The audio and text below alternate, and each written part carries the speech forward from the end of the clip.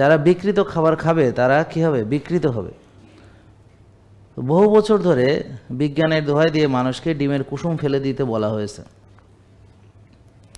এবং এখানে অনেকে আছে কুসুম ফেলে দিয়েছে। কেউ আছে নাকি? আচ্ছা, থাকলে বলার দরকার নেই। তো তারা মনে করছে কুসুম খুব খারাপ, কুসুম খায়নি, কুসুমটা ফেলে দিয়েছে। আছে না এরকম? যেমন আমাদের সাথে একজন ভাই ছিলেন, উনি হেলথেরই লোক ছিলেন, নাম বলতে অসুবিধা নেই, সিরাজ ভাই, দাগন বিয়াতে। তো সে দাওয়াতে যাইতো, সবই খাইতো, ডিমের কুসুমটা খালি ফালাই দিত। এটাই তার স্বাস্থ্য সচেতনতা ছিল। যথাযথভাবে তার ডায়াবেটিস সব কিছুই ছিল, ওষুধ খাইতো, হ্যাঁ। কিন্তু এইটা সে মনে করছে খুব ভালো একটা কাজ, যে কুসুমটা সে খায় না। বুঝতে পারছেন? তারপরে অনেকে আছে ঘি ভয় পায়। তো ঘি খেলে খুব খারাপ, এটা কে কে জানেন আপনারা? ঘি ভালো না, যে চর্বি ভালো না, এটা কে কে জানেন? তো আজকে আর অবশ্য কথা বলবে না কেউ, যাই হোক। তো অনেকের ধারণা যে ঘি খারাপ।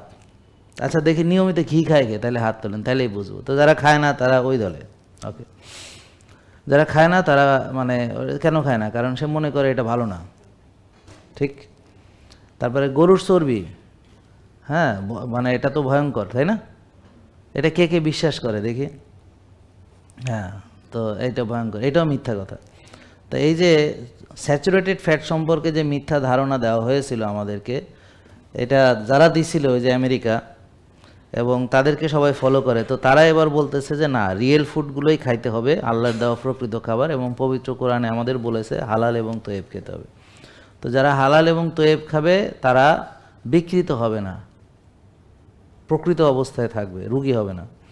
তাহলে রুগী হতে হলে কী করতে হবে? রুগী হতে হলে প্রসেসড, আল্ট্রা প্রসেসড ফুড খেতে হবে। জানেন, চাষের মুরগি খেতে হবে। তা আমরা চাষের মুরগি একদমই খাই না, এরকম কেউ কি এখানে আছেন? যদি কেউ থাকেন হাত তোলেন, যে আমি একদমই কোনো চাষের মুরগি খাই না, আগেও খান নাই জীবনে কোনো দিন? আগে খাইতাম, এখন ছাড়ছেন। আচ্ছা, যাক, আলহামদুলিল্লাহ। তাহলে এখন ভালো আছেন কি না? আলহামদুলিল্লাহ, আলহামদুলিল্লাহ। তাহলে এই ভাই আগে ফার্ম খেতেন, এখন খান না, এখন আগে অসুস্থ ছিলেন, এখন সুস্থ আছেন, তাই তো? ব্যাস, তো এটাই প্রমাণ হয়ে গেল। আর যারা ওগুলোই খান তারা এখন রুগী হয়ে গেছেন অথবা হবেন।